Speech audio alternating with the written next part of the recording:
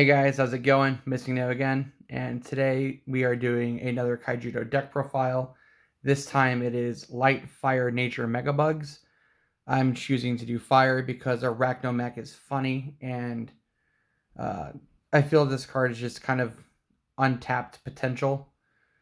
Whether or not I'm using it correctly, I don't know. I still think it's a funny card though.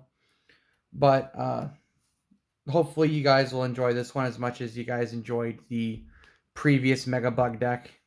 Link to that down below as well. We're going to start things off the exact same way with 3 copies of Manapod Beetle. 2 for 1000 Megabug that goes to mana when it dies. Like I said in the last video, if you're playing bugs in open format and you're not playing Manapod Beetle, what are you doing? We are still choosing to play the 3 copies of Flutterbug from the previous list as well. It is a 2 for 2000 Megabug that says when this creature enters the battle zone, choose one of your creatures. It cannot be blocked this turn by creatures that have less power than it. So when you want to start going wide, you can just drop a Flutterbug, make it so that your big guy can't be blocked by anything, and make sure it just pushes through. Card is super good. Evolves into the Hive Queen. Evolves into Arachnomech. It's just really, really good. The first change of the deck is you're playing 1 copy of Raptor Ace Valko. This is a 3 for 1000 plus. And its ability is when you have a creature named Ignis in the battle zone, this creature gains 3000 power. There is another Valko in this deck. This one is the only one that we had physically released for us. And this one's like only okay, like cool, it becomes 4000. But it's definitely not as good as the other Valko that was released in Eye of the Storm, which we'll get to shortly. We play 3 copies of Manatic. It is a 3 for 1000. When you play it, reveal top 4 cards of your deck, add a Megabug from among them, and then put the rest of the bottom of your deck. Search your deck for your Hive Queen, just like last time. Search your deck for your Arachnomech, and start getting set up from there. Really, really good. We're still playing the 3 copies of Swordhorn. Like I said before, this card's absolutely amazing. 3 for 5500 vanilla. It's one of the strongest vanillas in the game. Access to evolving into Beetle if you're to play Beetle. It's just all over a really good card. This card can also evolve into the Arachnomech because it has green in it. So it provides a little bit more to the deck this time around. Just like last time we're playing Keeper of Laws, but this time we're playing a 3rd. Keeper of Laws, 4 for 3500. Cannot be the target of spells or abilities while you control another creature on the battle zone, and draws you cards every time your opponent activates spells. She's an all-over amazing card. The other Valko, this one was never released. This is Blazing Skyrider Valko. It is a 4 for 3000. And when this creature enters the battle zone, if you have at least 2 other creatures in the battle zone, this creature gets fast attack until the end of the turn. So if you have at least 2 things, it comes out as a fast attacker, which is pretty cool. And there's actually like a really easy way to make sure that this happens quite a bit that we'll get to here shortly. Again, this card and Flutterbug were never released. If you would like access to these cards, in the description below, there will be a link to my video unboxing of Eye of the Storm that will provide you with the files that you need and instructions on how to get all of your cards Eye of the Storm printed up. We are playing 3 copies of Ignis. This card was released alongside the first Valko in the Vortex, so this was until we got set 16 printable. All that really Ignis had going for it was him and the original Valko. Ignis is a 5 for 3000 attack raptor. It says when this creature enters the battle zone, you can search your deck and put a creature that has Valko in its name from your deck into the battle zone. So you can play Ignis, drop the original Valko, and that other Valko immediately comes out as a 4000 body for free. Or if you have Ignis, you can drop out this Valko. And if you have another creature out alongside the Ignis, this Valko now has fast attack as well. So, or not, sorry, this Valko. So, we'll get into a little bit more of that here in a little bit.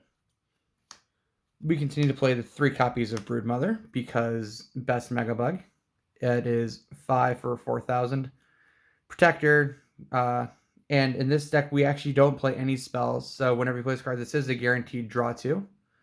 evolves into your Hive Queen, evolves into Arachnomech. Everything just works out perfect. We are still playing the 3 copies of Homunculon the Blaster because this card is absolutely cracked. When it enters the battle zone, you tap a thing, and then one of your creatures gains plus 3,000 power until the end of the turn. It's really, really good. Evolves into Arachnomech, evolves into Hive Queen. So more just really fun stuff to do there. We're playing, of course, our 3 Hive Queen. 6 for 8,000 evolution creature, evolves off of your Megabugs, has Double Breaker, and whenever it attacks, you reveal top 3 cards of your deck and take a creature that costs 5 or less from the cards revealed and play it for free. So that's pretty cool. Everything that we have seen up until this Hive Queen, you can just drop for free by revealing it off the top with the attack. And that's just really, really good. So Hive Queen's still like the heart and soul of the deck. Now we go on to the 3 copies of Arachnomech that I've been hyping up.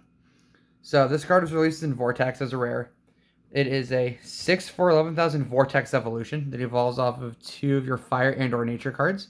So your entire deck.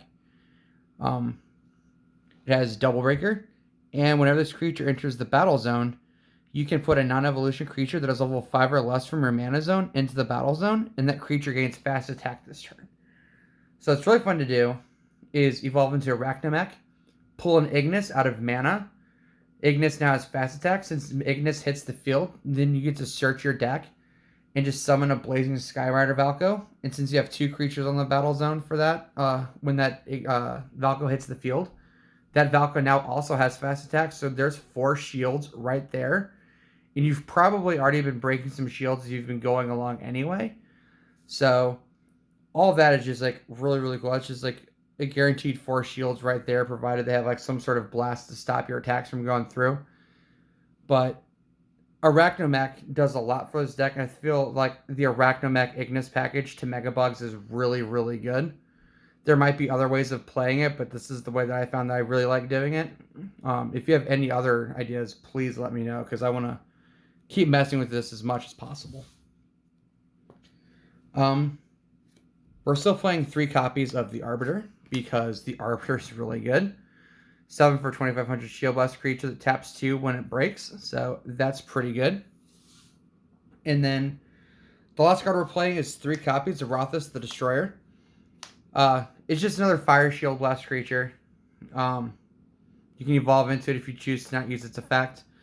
When it enters the battle zone, you can banish all creatures that have power 2,000 or less. So it just like, if they break shields earlier with birds, it just kills all their birds. It's super good. Like I say, you don't have to use it if you don't use its effect. You can keep it out and just like as a 4,000 body that you can evolve into later to go into your Arachnomech. But yeah, this deck is super good. I've been having a lot of fun with it. It's been testing out absolutely fantastic. And actually, now that I'm thinking about it, this deck is basically the exact same as the last deck, except I replaced all of the water cards with fire cards, and I added 1 extra Keeper of Laws. So I guess if it's not broken, don't fix it. But yeah, no, this deck is just really good. It's pretty explosive. It just goes wide really easily, and then just starts swinging super, super hard and fast. I don't really know what other changes I'd make to this. Like, in the previous list, I was kind of missing the Pouncing Crickant, but in this one, I absolutely don't. Because you could just drop a Flutterbug out from the Arachnomech, guarantee that nothing can block your Arachnomech from going through or whatever. You start going that way. Like, Flutterbug has a little bit more use in this if it's in the mana zone. And that's absolutely fantastic. But this is the deck. I think it's really fun. It's really good. I'm currently out of decks to bulk record at the moment, but I do have more ideas coming up. I'm constantly working on stuff. But anyway, so let me know what you guys think, and I will catch you guys next time.